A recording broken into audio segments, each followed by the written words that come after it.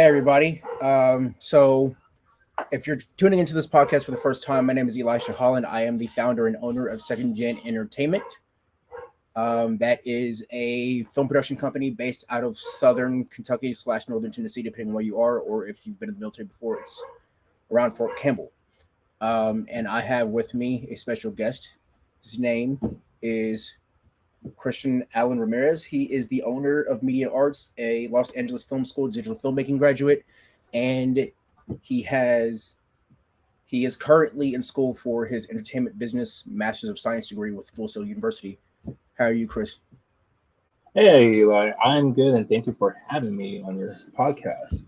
Just like Eli is saying, my name is Christian Ramirez, or Christian Ramirez, and I am the owner and founder, along with my wife, Connie Ramirez, of Media Arts. We are a full service, everything, anything you could think of, entertainment and media business. So, filmmaking, photography, music, sound, all of that. We cover all of that.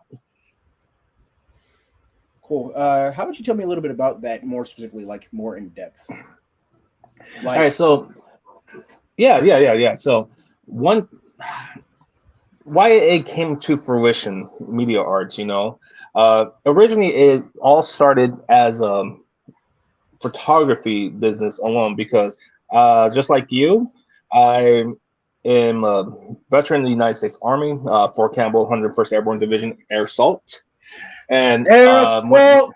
yeah, Air Assault. By the way, am I allowed to cuss on this or no? If not, I'll try to Minimize monitor myself. Okay, all right, as much as we can. all right. Just see, I just want to make sure it's child friendly. But so as I was getting out of the military, I was well. First off, let me backtrack a little bit right there. I was a musician and an audio engineer in the United States Army with the 101st Airborne Division Air Assault Band under headquarters and headquarters battalion, which is directly under the 101st Airborne Division Air Assault. Um, and I did that for 4 years, 2014 to 2018. I was a trombone player in the Army, but then they found out I was an audio engineer as well, so they tasked me to do that as well. So I did that for 4 years from 2014 to 2018, like I said. But at the end of my tenure in the United States Army, I started to lose a lot of my passion at the time, and I was starting to get burnt out. So I was ready to hang up being a musician and audio engineer at the time. And then I told my wife I was interested in doing photography. I wanted to get my very first camera, just do photography on the side and everything like that. So she ended up buying my very first camera, a Sony A6000, for around Christmas time, 2018, I believe, if I remember correctly. Mm-hmm. And I just fell in love. I was hooked. I was taking photos here and there, trying to get better, just doing model photography, landscape photography as best I can, portrait photography. That started getting. I started getting more traction on that. I started doing, continued doing that, and then I started going to boudoir and artistic nude photography. All that. And then during that time, I was also studying to become a physical therapist because I wanted a different career at this point.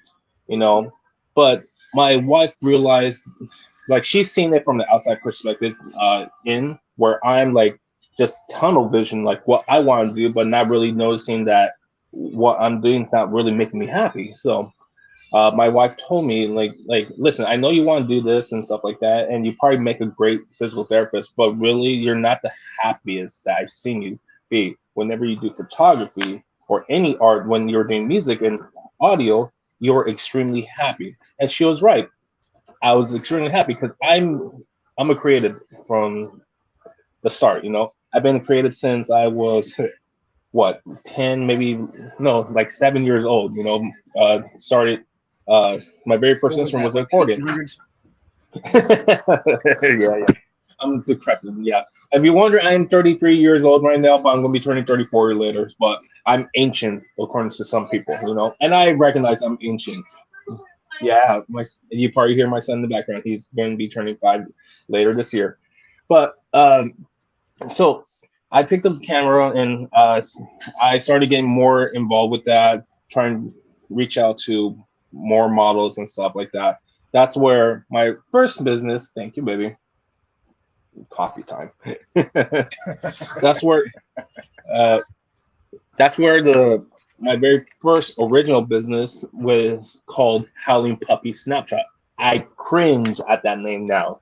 Yes, Howling Puppy, because we had our dog, and I'm like, I was trying to think of a name, and I saw my dog, and I laughed at the fact that my dog refuses to howl. You know, she's a border collie. But she refuses to howl. So I made a thing where, all right, Howling Puppy is gonna be the name, and then but I don't want to say photography. I'll just say snapshot. Mhm. So, and also, my dog was actually one of my very first subjects I photographed, because when you get a new camera, what's the very first thing we do? We shoot what's around us. Yeah, and my dog happened to be right there. So that was the reason why. But then that didn't last for too long, and I'm glad it did not last too long because I am, uh, I was, as I was trying to get more photography under my skills, and I was still doing physical therapy and or the school for physical therapy.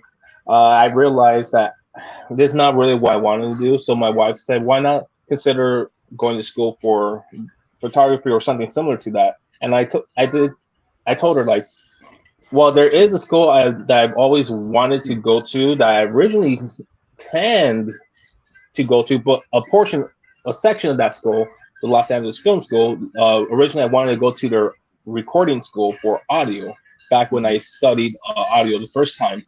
But at the time, I did not have the money. It was expensive. $80,000 a year for a person, uh, a Latino based, background and everything like that. Comes from a poor family, and I don't have that money, even with the financial aids. I just didn't have the money. Now, being a veteran, I had my GI Bill available to me, full benefits and stuff like that.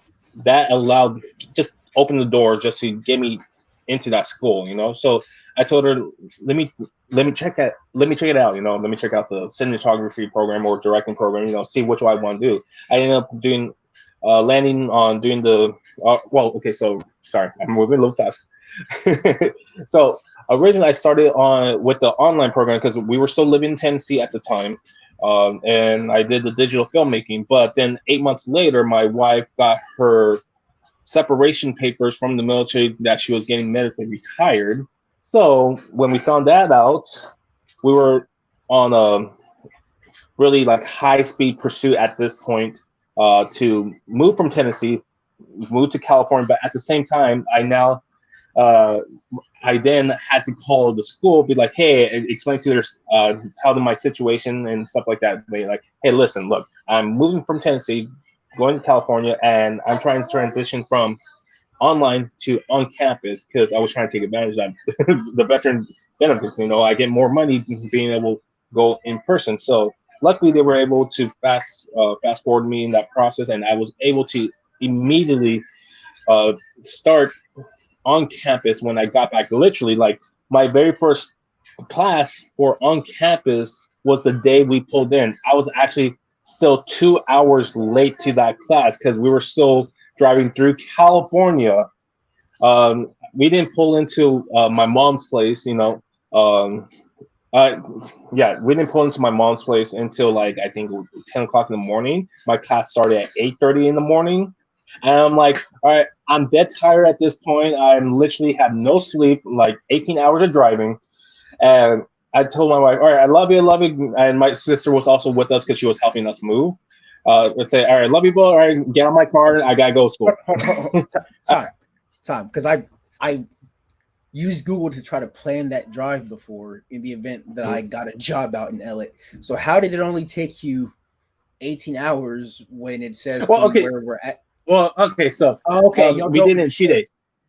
Okay. Yeah. Well, yes. So we had two cars. Yeah. Yeah, we had two cars, but we did it in 2 days. But each day we did 18-hour drives. Um, Makes more and sense. yeah, somewhere the day we pulled into California around 6 o'clock in the morning. We actually had to stop in Arizona because we were at the edge of Arizona and California border. because we were so tired that we needed some type of rest, before we continue on, Mhm. So we went by a nearby gas station there and like got like a little for my wife and my sister, they got rest, but for me, I'm like, I just needed something to get my mind off because I knew I could keep going, But by the time we got into California, I'm just dead tired. But so I get to school. I had no idea listen, they all this class information is on the CB portal. I didn't even know Yeah. the CB portal was a real thing or a thing, until Mhm. someone at the school told me like, yeah, you need your schedule's there, which classroom. I'm like, I have no idea. I'm hoping you guys can help me. So, but they finally helped me. I go to my class, realize they finished early, so I missed my first class. But I didn't see it as a waste, So I ended up taking care of other things after school, and like getting my ID from them because on being online student, you rarely don't even need an ID, So but being on campus, you need one. So I got that. I met certain people and I tried to meet the instructor of my class for that month, and I apologized to him. But at the same time, I had like emailed him prior to the class starting to let him know like, hey, I'm literally moving from Tennessee to California, and he cut me a lot of slack. Mhm. But that was my transition. So I went once I did that. That was December 2019, right before COVID hit. So I was in person on campus for 3 months, and then in the middle of my editing class, I think it was my very first editing class.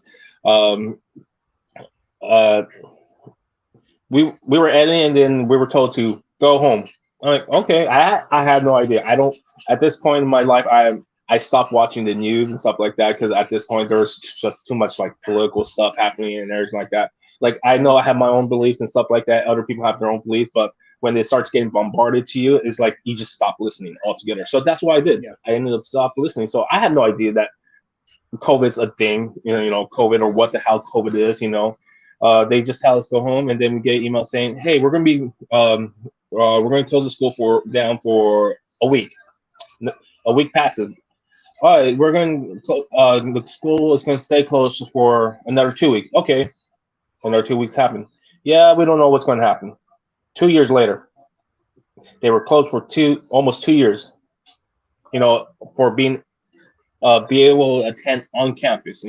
Now as a person, I've You'd heard, have I've thought. heard, Here's my yeah, thing, though, right? Considering that, you would have thought that the VA would at least, take in consideration that technically that's not students' fault, so just bump that mhm, up for you as if you were still on campus because it's not necessarily your fault that you're online. right. But we know Well, we know how they think. yeah. So luckily, since I was able to transition to on campus, most of my course was technically online. You got paid for Um, on campus. I got paid for on campus, so I got lucky. Now, other students who were online, I heard that claim and everything like that, and I understood what they're saying from. But at the same time, Yeah. I like I try to not be like take sides and stuff like that. I try to see things from the outside and like like I understand you're struggling and everything like that. Trust me, well, people are going through hard times, but at the same time, you were originally not going to on campus. So why should you get paid for For the on on campus campus? rate. I was not trying to be like hey, like no, you're not getting that, But it's like I was trying to let them understand like yes, trust me, I understand, but everyone's going through the same stuff. It's not fair to the people who actually do go to on campus, that they get uh an regular online student gets the same amount veteran wise for um getting the same housing allowance um that an on campus person does. So that I just like to try to have people understand, because that's the best. No problem. Sorry, my wife is taking the dog out. But that's that's how all life is. Like Mhm. you can't just be taking one side and not opening yourself up at all to what other people see or things that that are physically out of our own control. Because Mhm. if you stress the stuff that's physically out of your own control, Yeah. you're just wasting energy. you know. And it's like, what's the point of wasting energy like that? Because it's really out of your control. It's you're it's at that point I'd like to say like you're it's more I feel like you're trying to hear yourself just for the Talk. benefit, you know. Yeah, and some people do like to hear themselves talk, you know. But at the end of the day, it's not going when it's something that's physically out of your control. Isn't There's no point, you know. Save that energy for something much more productive, you know. I mean, Now, yeah, as someone who's been in front of and behind a camera, it's very different and weird because you have to learn to actually like to hear yourself talk, to go back through all your stuff and edit it and check it for audio discrepancies and everything else. Because for me, when I started my film journey, I originally hated hearing myself talk. Oh yeah. Like, so with my original YouTube channel, Private Number 6 Productions, if anybody on here wants to check that out, I did stop motion and motionographies and stuff like that. As far as like how I make the stop motion and stuff like that. Oh boy, oh god, I don't. Oh like yeah. things, but they wouldn't get Oh me yeah. where I am today if I didn't start somewhere. Yeah, it's that. So good thing you brought that up. Like, so I am trying to force myself to get on camera more often, you know, because I'm so used to being behind the scenes, behind the camera, you know, not letting people see what my face is, because um, I just don't feel comfortable in front of the camera. But at the same time, if you're trying to be a director, you know, or cinematographer, a DP, uh, yes, you need to learn how it is to work behind the camera. But the moment you get in front of that camera, you gain another perspective, another understanding of how you could tell a story. You know, because everything is a story. No matter what you are doing, everything is a story. You know, whether it's a corporate commercial, you know, a lot of people, yeah, they pay amazing, but sometimes they're boring. But if you look beyond that and look for what the story is, you can make it actually really entertaining.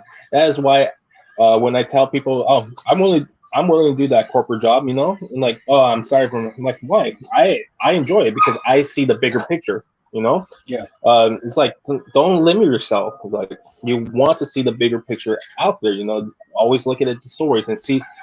At the same time, you can learn from every other person that is on that set as well. I'm constantly picking other people's brains about how their approach is, because that's the only way we as human beings can continue to evolve, you know. And that's why I'm very adamant about school, because you're able to pick the brains of many people from with different expertise and many different levels of years and all that stuff, you know. You could Yeah. pick your brains, you know. uh yeah. Like, for instance, I've encountered many people who say, "Oh, film school is a waste of money," you know. Yeah, Man. you know what I had to say to that? I'm like, you know what I had to say to that? Like, it's not a waste of money. The only thing you're wasting is your time saying that, because in the end of the day, the people who go to film school are giving themselves at least a leg up over the people who don't. My Not issue only, yeah. is that you'll have so many people, like I do follow some of them on YouTube as far as tips and stuff they give, because in that aspect they have done better than me, and that is perfectly fine. I have no problem admitting that somebody's done better than me in a certain area, but that also may be because of how they started or when they started compared to when I did. That's Mhm. perfectly fine. It's not going to hurt my feelings at all. My issue is when those same types of individuals are like, well, I can do this better than you because I don't have the education behind my name. So I'm in a better spot than you. Not necessarily true. Mhm. Because for those of us who are film students, when we go through our last capstone class as far as portfolio development, um, for those of you who don't know, Christian is actually technically my upperclassman. But We're for those of colleagues, you know. We're all colleagues, you know. I us who go through, in the terms of school, you are my upperclassman, yes. But I do like to call this man a friend. So, but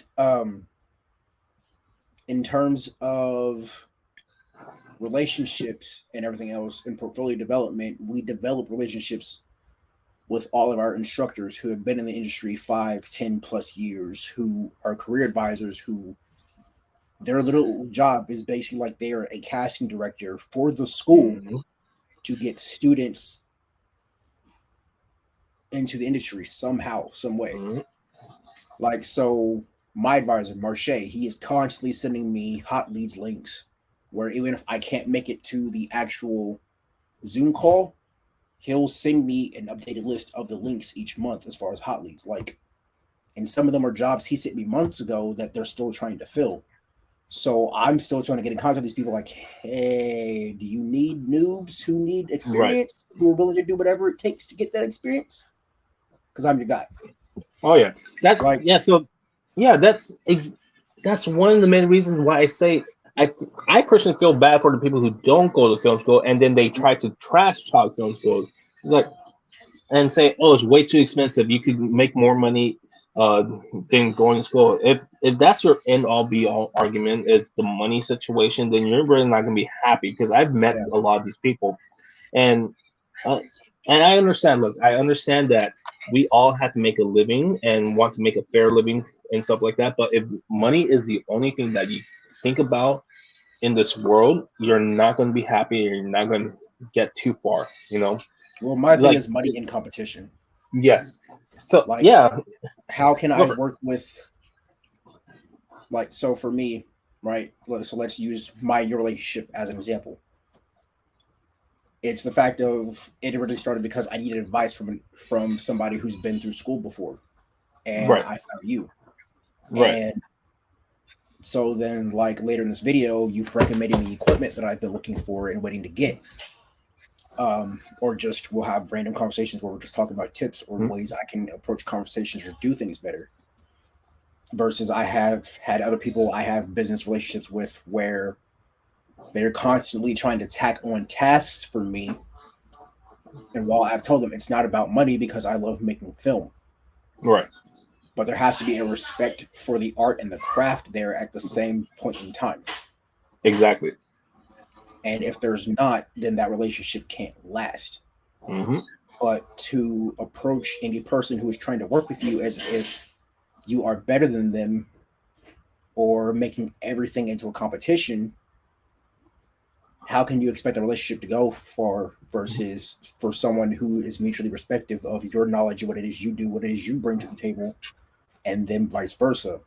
Because then it don't turn anything into a competition. It's all about, hey, how can I improve this person's standing to the point of where if they ever need help again, they're like, hey, this is a guy I can give you because I know he knows what he's talking about. Right, right. So all that comes down to respect, not just for each other, but for yourself and for the craft itself. So really fast, going back to the money problem, again, I want to reiterate that we all need to make a living, a fair living. Yeah. With that, that means depending on the position you are doing on a film set or whatever set you're doing, some positions pay better than others because some require more skill and labor, you know, Yeah. while others don't. You know, for instance, aside from being the owner of MediaArts, I'm also a director, cinematographer, director of photography, sound mixer, and I also do photography and post stuff. Either post video editing or post sound editing and mixing and mastering. Um, a lot of the stuff I do requires a lot of skill eh, requires a lot of skill that you physically need to learn how to do. It's Yeah. not just something that's easily trainable that like you learn on films. That's a lot of people think that, oh, you can just easily learn this. No, you actually have to sit down with someone and read books and stuff like that to in order to effectively do. Now, granted, I have seen people attempt to be a director with no formal training and stuff like that, and sometimes they're lucky enough to hit the ball out of the park, but most of the time they flounder. Yeah. They fail really hard, and yes, I have heard people like the best way to learn is to fail, but I like to approach it differently. failure is just one tool in the learning process, Yes, it is. But then there's other methods and tools that you can do to continue to get better and better, because uh, it's a never-ending struggle. It's a never-ending struggle, we're students for life, Some of us could be masters, but even those masters are still students at life, you know. Where if the moment you decide to stop learning is the moment you stop growing. And I will say I was a victim of that for a while, Um, it happened in the military when I was serving in the military, So as a musician, I'm like I've already done it all. I'm this cocky 25 to 30 years old during that time frame when I was in that knows it all and stuff like that, Now, and thinking, yes, I was a better musician than some of the other musicians in my unit and stuff like that, everything like that. But I went about it the wrong way, And I realize that now. I'm more humbled now, but at the same time, I will not trade. I will not undo what I did in the military because I would not be the person I am today, But I realize now that how I approached that was differently. Actually, I'd rather had picked the brains of the people who have been in longer because they know the military a lot better, But at the same time, I could have done much more gracefully. Approach them like, hey, like I understand that you're a senior to me in terms of rank and time in the military, but um, I have the skills that I could help you become a better musician, which will help all of us be a better unit, better cohesion, right? Yeah. If I went about that instead, I'd probably still be in the military to this day, But here I am, and but to be honest, I'm a lot happier now. Um, I'm 100 pounds heavier now, but I'm working on that. But yeah, I get to eat whatever I want, and stuff like that. But the most important thing is I have the freedom of doing what I choose, what I want to choose to do, and I get to see my own son grow up. So that's why I'm a lot happier, But at the same time, I'm not going to discredit someone from joining the military, but I will be honest with them of how the military is, But going back to what I was saying, like it, if you just look at failing as the end all be all as a learning tool, then that's all you know. You're you think that just because you failed, you're going to continue to grow. No, you can't just continue to grow just by failing alone. You also need to learn what successes are. So that's why I stress that school in general for any field is extremely important. Doesn't matter if you want to be a filmmaker, doesn't want to be a physical therapist, doesn't matter if you want to be a musician, doesn't matter if you want to be a doctor, well, especially if you want to be a doctor, you have to go to school. But but excuse me. that where is it? That piece of paper right there will speak volumes, because not only does that show your dedication, your resilience, that you can actually do something, but it also says that you're a subject matter expert. SMEs are always king. No, yeah, and that's why I now have a lot of people come up to me wanting to pick my own brain, because they know I've gone through all that stuff. I've done I've gone through life. I did my mistakes. I've done my typical 20-year-old thing, go drinking, doing stupid stuff, and I've learned, I've grown out of it, and now know what I want to do, how to succeed at doing that, Yeah. So with that, it's like, keep yourselves open, because if you limit yourself, you're not going to grow at all, at one bit at all. You're going to be complacent, and that's the enemy of growth, complacency, So let's go back to my schooling, I got to Los Angeles Film School, and COVID hits, so we're out for a while. But and I was going to mention this earlier. I talked to a lot of other students and all that, and they were saying like, "Oh, I can't learn online. I'm not paying this much to be online, paying on campus prices to be online," which I understood that, and stuff like that. And but like there's I can't use the nice equipment and stuff like that. And I literally To me, okay, so yeah continue. Go ahead. I'll yeah say no, my thought you're, first. No, no go ahead. you're I'll save my thought because I think I know where you're going yeah with it, but I just want to see where you're gonna yeah finish first. you're good, you're good. So and I hear them say that right now, and I try to empathize with them. I really take in what they had to say. But then I try to be like, look, I understand what he's trying to say, but I want you here now. I want you to give me the same respect to listen what I have to say to that, being an outside perspective, looking in, Yeah, it's a terrible situation, COVID. Yeah, we don't want to get sick. A lot of people are going through financial struggles, A lot of people are losing their jobs and stuff like that, and are not able to pay for stuff, I I understand that because we're all going through that. It's not just one person. But the thing is, make the best, make it the best you can. Get the best out of it. So now, now you're online. So what does that mean? It's much more. It's easier for you to learn all this stuff because now you don't have to drive across LA through hours of traffic just Yeah. to pull up to school, pay at the time $5 for parking every single time. And if you leave that parking structure during the day and come back, you have to pay another $5. So you're saving more money right there. But then you're depending on the class you're taking, you it benefits you to be more at home.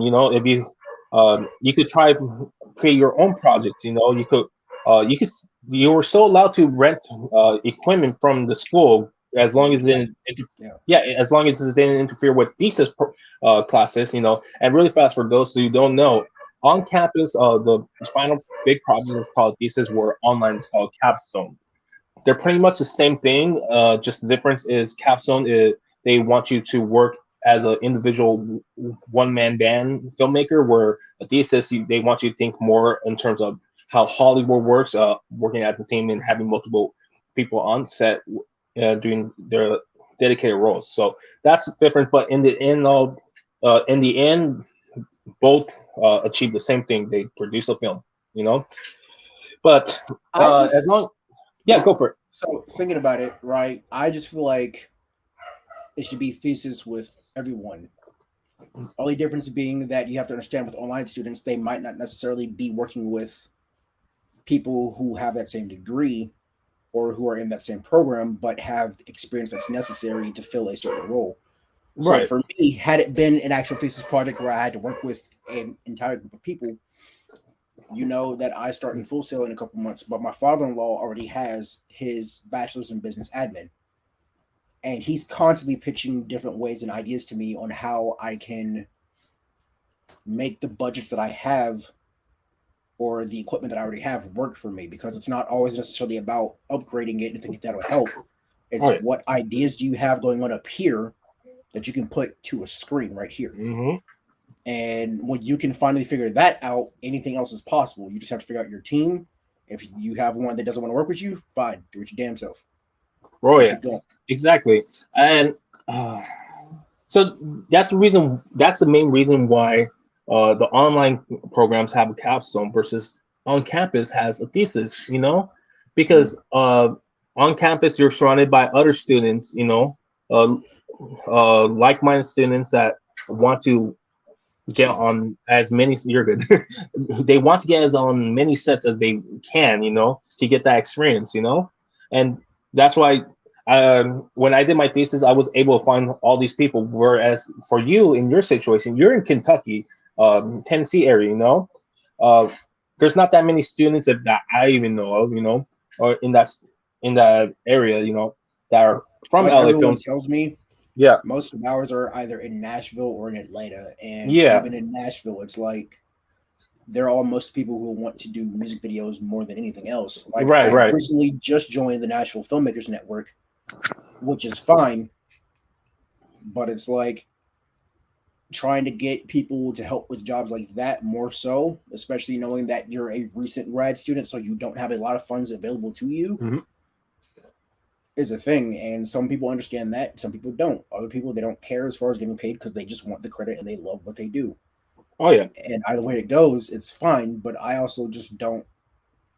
To me, I wouldn't feel comfortable just telling someone, "Hey, um, I can give you this credit," but that's about it. Like when I was shooting my pre-capstone project, back before I bought this house, my wife had actually made it a point to make sure we fed everybody who came out to help me. So really fast on that. Yeah. Great, great you brought that up. For those out there who are watching this right now or going to watch it later, I understand that a lot of us don't have much money, but we want to create a film. Now, first thing I want to say, don't take advantage of your people. Do not take advantage of your people. Respect them. Definitely Respect them. But two, constantly, constantly remind them that you actually are thankful for what they are doing for you. If you're not able to pay them, make sure you feed them at the very minimum because that's required always by law. Yeah, at not. least Hi, here in California. Connie. Yeah, Eli says hi. He heard you. So that is in Chris's side. That's in California. Now I don't know about different states, but it shouldn't even matter what the state law is. That should always be given. You shouldn't even have to advertise like, oh, credit, a copy, and a meal. That should always be a standard, no matter That's what. just Those three hospitality. things, yeah, that is hospitality right there. Those three things, if someone is working for you or giving you their time for free, especially, you are mandated to give them a copy, a meal, and their credit. You know, credit on the film and on IMDb and wherever they want that credit. That is the minimum, and you should not have to post that on advertisement thing. I see that all the time, and I'm Keeping like, in mind, to yeah, me at least, making sure that that's something they want to do forever. Then yeah, if they're just like, I'm just helping you this one time and I'm good, then yeah, that can yeah, be, that's a toss up. But if they're like, I want to do this, nah, they need that credit, they need the food, and they need the copy. That's just yeah, on yeah. them. So exactly. So those three things should be the minimum. Now, Mm-hmm. if you're going to add extra stuff saying like, hey, I'm going to pay for your gas, or I'm going to pay for your boarding, or I'm going to get pick you up or something like that, then you let them know that. But those three are the minimum. And then I actually like to say a fourth one, that constant appreciation.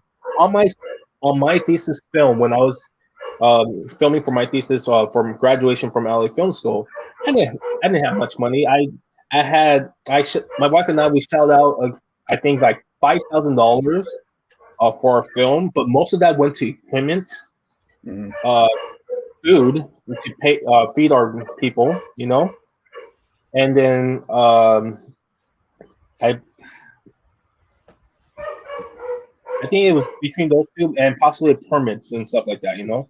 But Mm-hmm. I didn't have any money to pay my crew or talent, and I was straightforward with them. I told them before I even went on, and everyone you all have to do it like this, because the moment you set it up like this, you gain the other person's respect right off the bat because you're not trying to hide anything. I've talked with many people before, when I was first starting out, that like, oh yeah, we got to do this and stuff. They beat around the bush trying to say, oh, but there's no pay.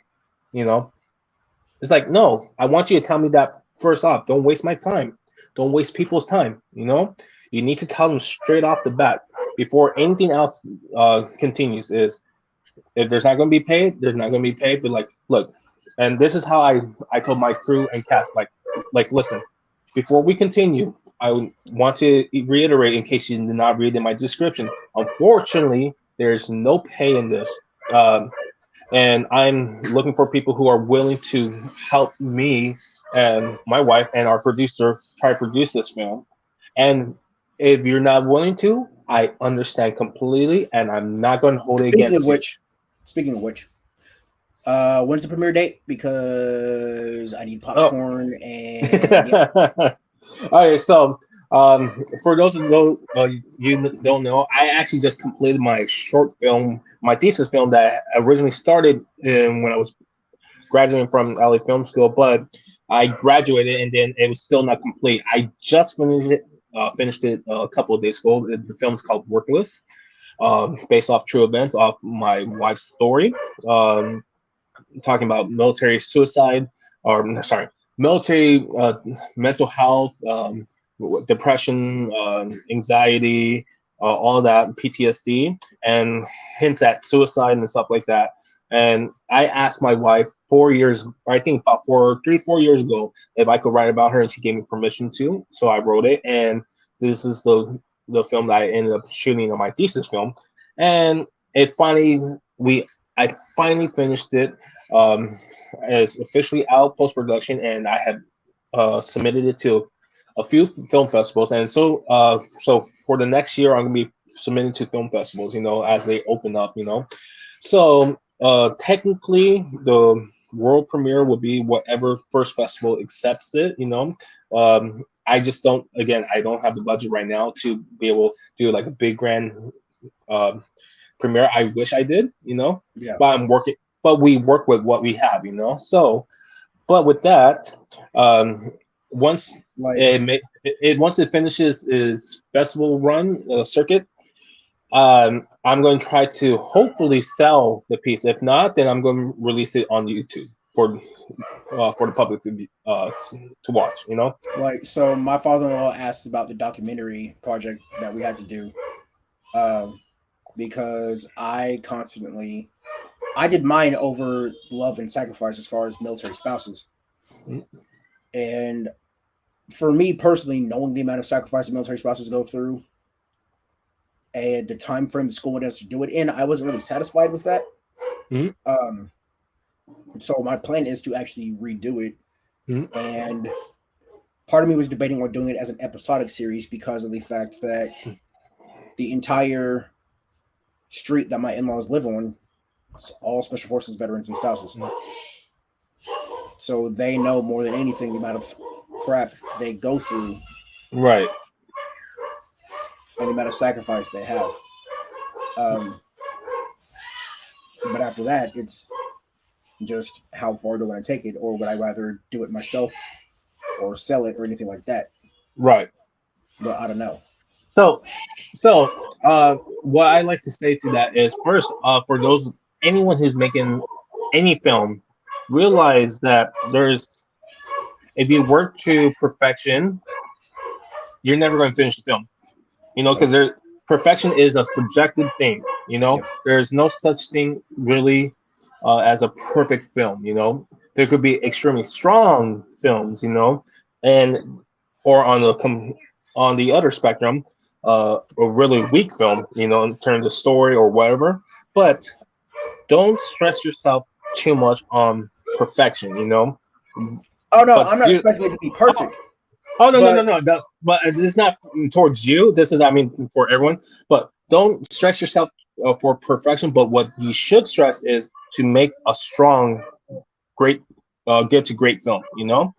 And so that's why I understand why you want to remake yours. And that's why for my film it took me a year, or a year plus a month, past production when production ended for us, for me to complete it, because since I didn't have the money, I had to do multiple things that I'm not used to doing. For instance, uh, I'm not an animator. My wife is, but she's still learning to do that stuff. Mhm. She still has a year left in her program, but she's getting better and better. But at the time, she did not have the skills, so I decided to take it upon myself to do like a graphic arts, Yeah. poster, which the poster was actually completed by the last date of production. But stuff like that. But then doing all the rotoscoping and stuff like that. That was like it took.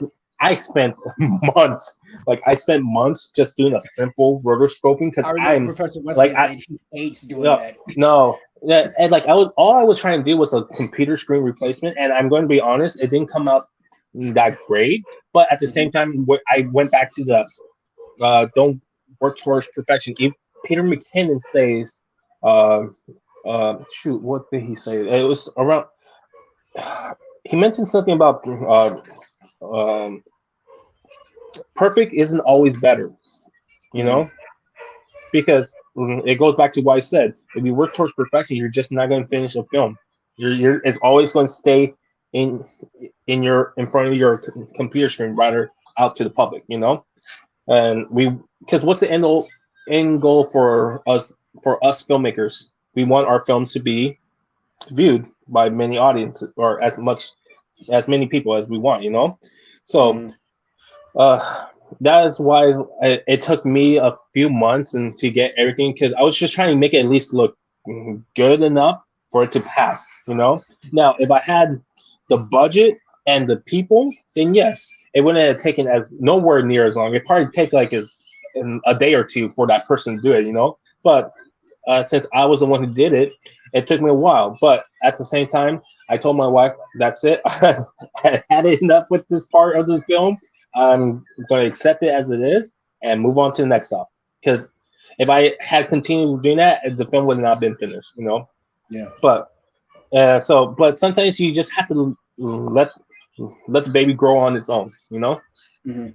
So It's like me worrying about YouTube and everything else. It's like, yes, I know I can turn that into a very good income stream, but at the end of the mhm, day, I have to just post and let those things do what it's supposed to do because it might not be this year that I reach my goal. I'm praying I do, right, but at the end of the day, if I just do what I can do to be consistent with my brain and what I'm trying to do and just let it go and do its work, at some point I'm going to get to where it is I need to get to. And the thing is that people forget is you're not on your time. mhm, You're on his time. mhm, When he wants you to achieve what it is that you're trying to do, it will happen. When it's not your time, it's not going to happen. right, Like I literally just got denied for 3 positions as far as like in our industry scope. Like so 2 of them are for salary positions at Walmart. I have 3 more that I'm waiting to hear back from. Hopefully I get it because that'd be great. If not, I don't. And then another one of them was with digital media management for a temporary video editing position. They said they felt I didn't have enough experience, but they'd keep me in mind if they had other positions open. I can live with that. It's perfectly right, fine to right. me because it's not going to kill me because I have other things I can do in the meantime. It's just when we get so caught up in that one portion of it and the end results that we forget, like I said in my last episode, to enjoy the journey itself. When you stop enjoying the journey, then what do you have at that point? Exactly. Which I'm glad you brought that up. It brings me back to when I was ready to be done with all music, like all anything creative, you know. For when I got out of the military, right? Mm-hmm. I actually stopped being a musician and an audio engineer for a while. I became a truck driver, a semi truck driver in a big rig 18 wheelers for 3 months. But then my house started taking a for a drastic turn for the worse, and I was constantly away from my family. My son was just born at the time. Mm-hmm. I was missing out on important special moments in my son's life, you know, that I decided I don't want to do this. 3 months I quit trucking and went to school for physical therapy at the time, you know. But then I was a little happier because I'm no longer on the road. I could see Yeah. my son, you know. But then I think another 2 to 3 months later, my wife is the one who told me about just go to school for something regarding camera, you know. So you know, I ultimately went for cinematography. So uh, go- so that's when I started falling back in love with it. And then when I got to school, my first on campus class, I told you about that. I missed the first day. Um, it was the first cinematography classes um, in my course. Um, we were learning. all different things about the cameras that I wasn't learning online because it was like a different aspect in uh, working with bigger, like this more expensive Arri cameras, Sony cameras, and then learning about different um, uh, systems to hold those cameras, whether it be tripods, the dollies, all that stuff, and all the different names they have for them. I was in that class, and then that's at the end of that class, um, who I met someone who I now consider a friend and a mentor for location sound. Mm. He was an instructor at the time. At LA Film School for production sound. His name is Trey LaCroix. He was the one who kind of I saw his cart. I saw he brought his own personal gear for location sound. That look and really fast. Location sound is just one aspect in all the engineering. You have Yeah. location sound, um, live sound, uh, studio sound, studio music recording, post production, film music, or post music sound. And there's more. But it depends on where you want to go in within sound. I was immediately all by his equipment, and I told myself that day that one day I'm going to have that type of equipment. Not exactly what he has, but something similar, He got me back into sound because remember what I said? I stopped doing audio engineering Yeah. for a while. At this point, it was like almost a year I had done anything audio related, you know. But the knowledge was still within me, I still had the knowledge, It's just I've been out of practice for a while. I think it So took me like 2 years into my first contract before I started trying to do anything film related again. mm, Simply because I'd always tell myself I don't have the time, I don't have the energy, I don't have any of this. But it's like you can't let things like that stop you from doing yeah, what it is you love to exactly. do. Exactly. You Maybe now I will say that if you're feeling like that, go ahead, take a break and Yeah, take as long as you need, but don't tell yourself that I'm quitting this forever. Just take the necessary break, refresh yourself, because if you don't, like I currently have a friend that she's overstressed for work, and hmm when like she was working 7 days a week, and then uh, she finally realized that when she got one break or one day off in like 2 years, she's been working 6 to 7 days a week. Yes, because she's the type of person who wants to work, but when she took that day off, she realized she needs a break. She yeah. has been overstressing herself that she's actually on the fence of taking a nice decent break right here. And I think my wife wants to talk about that just really right. Yeah, is it okay? Are you okay looking at it? All right, I'm going to pass this through.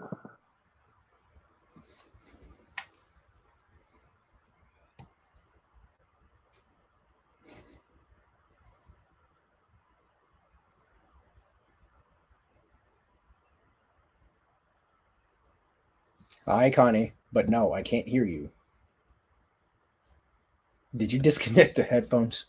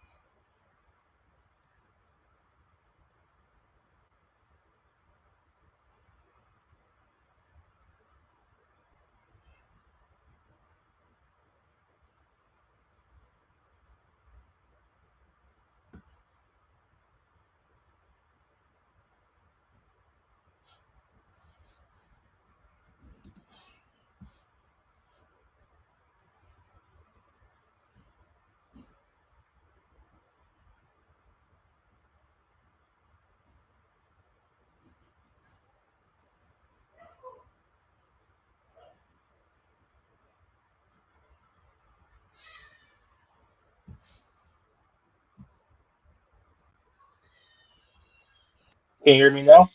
Yes. Okay, sorry. I don't know what happened right there.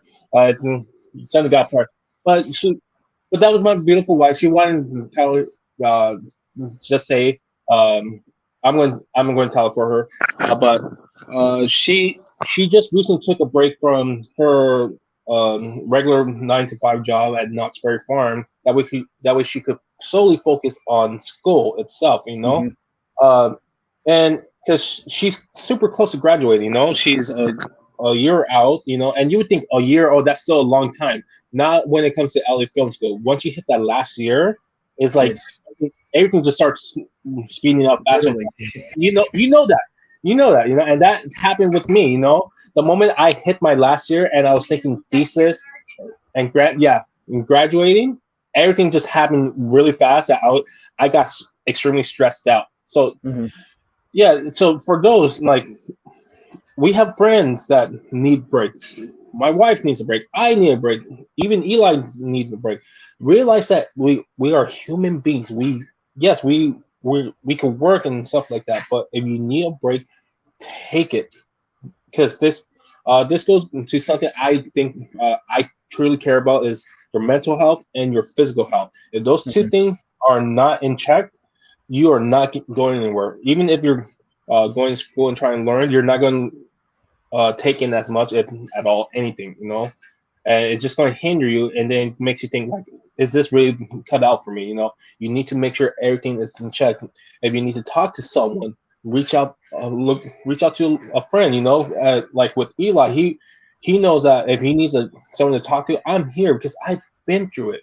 My wife's been through it. We know how to, since we're older, like, we've seen and experienced stuff like that, and it's like, it's we all need to make sure that we're taking care of our physical, mental, emotional, spiritual, all that. The Hmm. moment all that is squared away, then you can start working for improvement, and you'll see that you'll start making great strides. Because if you have something, say, for instance, say, like, you haven't got paid, but your rent's due in 3 days, but then you have this big school assignment, coming up, and you're doing it, but what are you, Eli? If that was you, what are you thinking of? I'm more worried Doing about my rent. exactly. So is that assignment going to be effectively done to the best of your ability, or a project or Never whatever? happens. It No, never happens. no. We have to take care of ourselves, and that's the thing people tend to forget. We are human beings.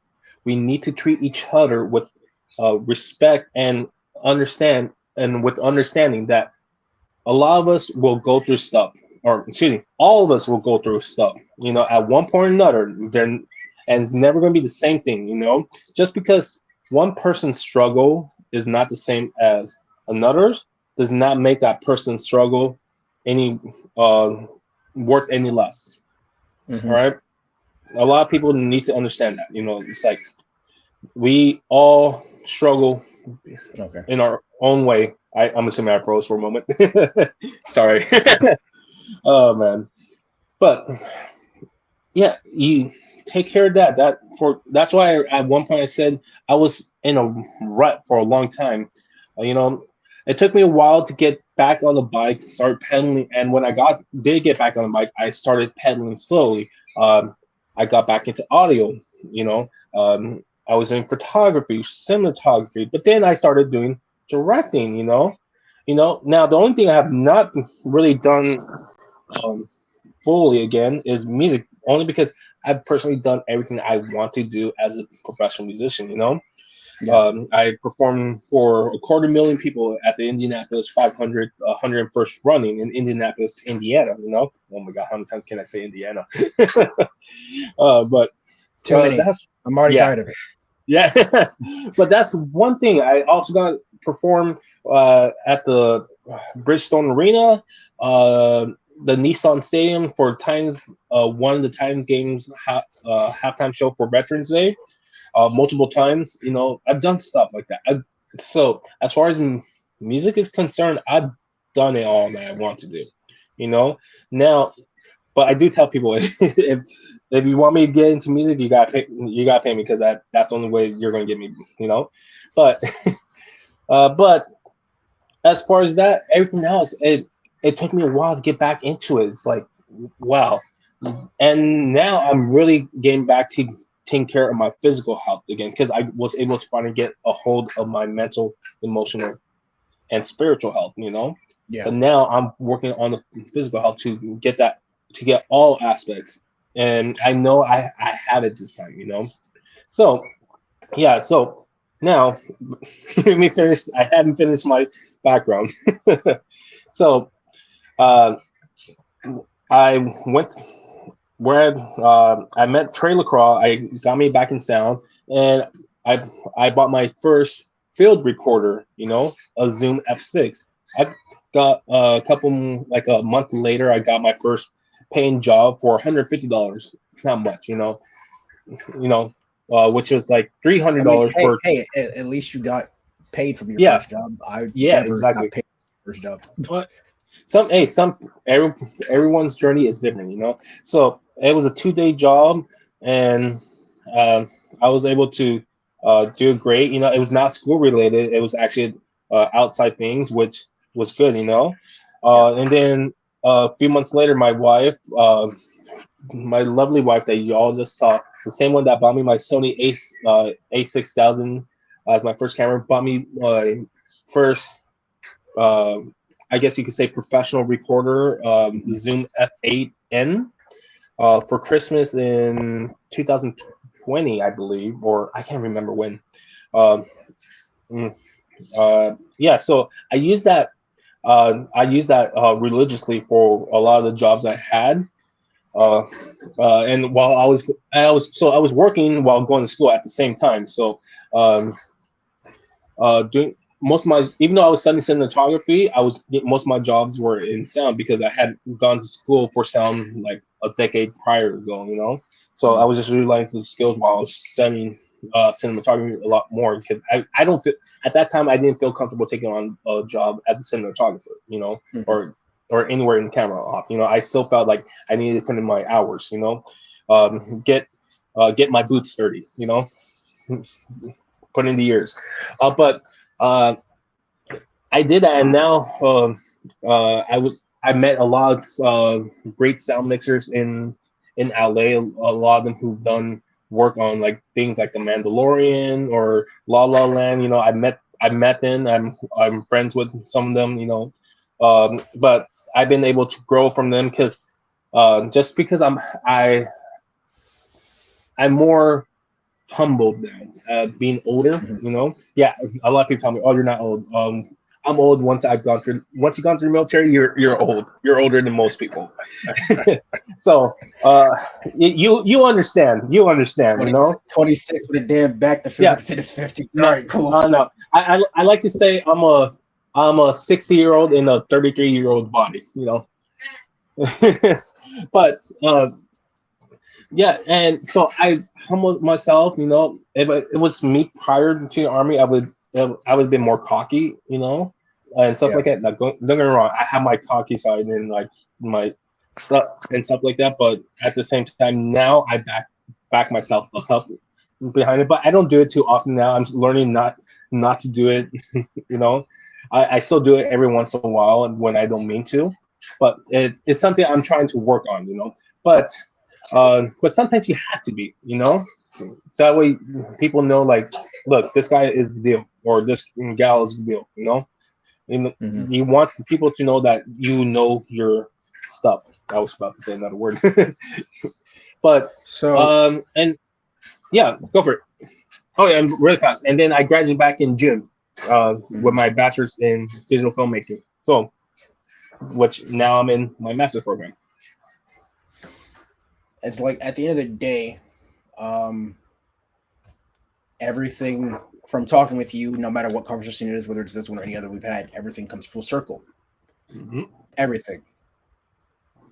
I've found that when you truly believe in what it is that God has for you, everything will come full circle. You will always come back to what is meant for you, i.e., whether it's religion, a relationship, a career path, a hobby you've had. it always comes full circle, because when I joined, like you, I stopped enjoying what it is that I love to do in making film, because originally it was an escape for me, but then I found this was a way I can change people's lives. Mm-hmm. But I felt a greater need to serve in the military than I did trying to change people's life, not understanding I can still use my military experience to change people's lives while using film to enhance that at the same time. Right. But everything comes full circle. So Oh, that, oh dear, I will say, oh dear. Okay, so Christian is an upperclassman of mine, and he will always give me film tips and everything else. So because we've both been waiting weeks on me trying to get this piece of equipment, I just decided I would do a live opening while we're recording this video, because I want to see, and I know he wants to know what my reaction is. So, oh yeah, and also the reason why I give Eli tips is because I believe in him, and I want to see him grow as a filmmaker, and as a human being. So I try to stray in the path that I believe that I know he will succeed the most. Now before you open the camera up, I didn't tell you that, oh, you have to get this camera. No, I told you, look, I'm going to give you options and stuff like that. I'm going to give you my opinions on what I think, which cameras are worth getting, in terms of how much price it is and stuff like that. And so we sat down for a good hour talking about it, right? Maybe 2 hours. Yeah. But I never once told him, like, you have to get this camera. What I did tell him is I highly recommend this camera, because not only do I use this camera, but it's because what it can do. So that's why I'm happy to see that you made the decision, and I'm happy to see that you chose this camera. But basically, at the end of the day, what it boils down to is respect of the individual, respect of their knowledge and their craft. Mm-hmm. Like, so for me at this point, my father-in-law would tell me to get rid of the house I'm in because of reasons. Nobody needs to know that, but I know why.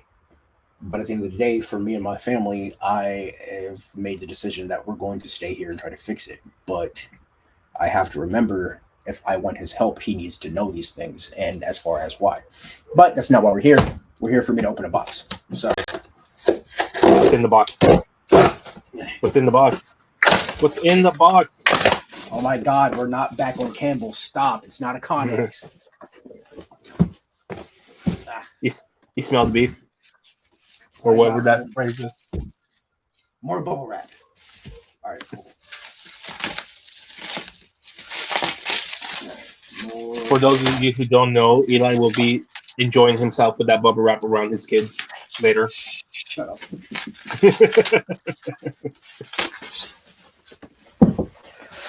All right, so just like last time, it comes in a nicely, beautifully packaged black box with the logo on it, and then the type of camera, which is an E2 M4 4K cinematic camera. But this one, can you show the box to the people? Just there you go. Just look at this finish. Just show the cover. Show the cover. But it's like, when I tell you, right, like, this is brand new because they were back ordered. This is brand spanking new. Come on, open up. Oh yeah, that's one of the problems I had. It's amazing packaging, but it's like airtight, But hey, at least you know that it's going to be protected, right? Oh yeah.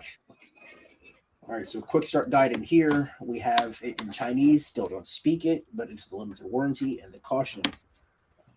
Oh dear. Oh boy. Oh yeah. You excited? Damn. I really want to put this together, but I have to go make dinner. Like, I really, really, really want to put this together, but I have to go make dinner. Well, just really fast, show the camera to the people. But so, hold on, that's a lens cap. But this is what, oh dear, this thing is gonna have me like. Hold on, I gotta get you go back on the right. Okay, so I'm gonna put you in right there, and you are straight. Yeah. So for those of you who don't know this camera, I have the S6 version of this camera, but it looks identical, extremely identical. The one thing one of the reasons why I recommend this camera to Eli is the fact that point to where the lens cap is to the camera, Eli. Yeah, that whole front plate is exchangeable, so you could change the mount of the lens.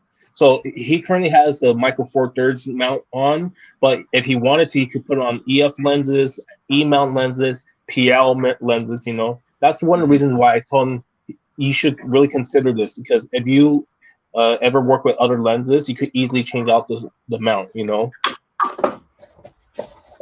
not many other cameras do that. You know, I only know of one other camera that can, but that camera is like $8,000 or more.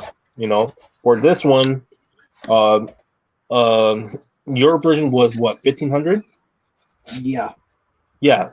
If you get the version I have, the S6 is $1,000 more, so 2,500. You know, but it still produces quality images well above its weight class. That's why I love this camera.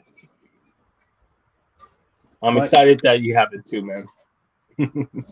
Damn. But be that as it may, we all got stuff to do and lives to live. So, oh yeah, I will say thank you. Really fast. By the way, this was for you, Eli, and for those who are watching. Coffee. Best way to make coffee at home now is using a pour over thing. Oh, you didn't know that? No, we just bought one, and it was like I haven't stopped using it now. Even my wife has learned how to use it. The Bodium. That's how I make all my coffee. It's how he makes all his coffee. Like whenever I go to Black Rifle, all my coffee is in a pour over. Yeah. Sorry, my regular coffee machine, but also has an espresso built into it, is right here. We haven't used it since we bought that thing. Yeah, it's typically how that goes. But we did say that if we're running low on time and something more convenient, we'll use this, you know. But in terms of if we have time and taste, that Bodium is Give me one second, Bubba. And that is our cue. Thank you, to end sir. this. You have a blessed one, Chris. I'll talk to you later, brother. Yeah, thank you, Eli. All right, thanks for having me. All right. Bye.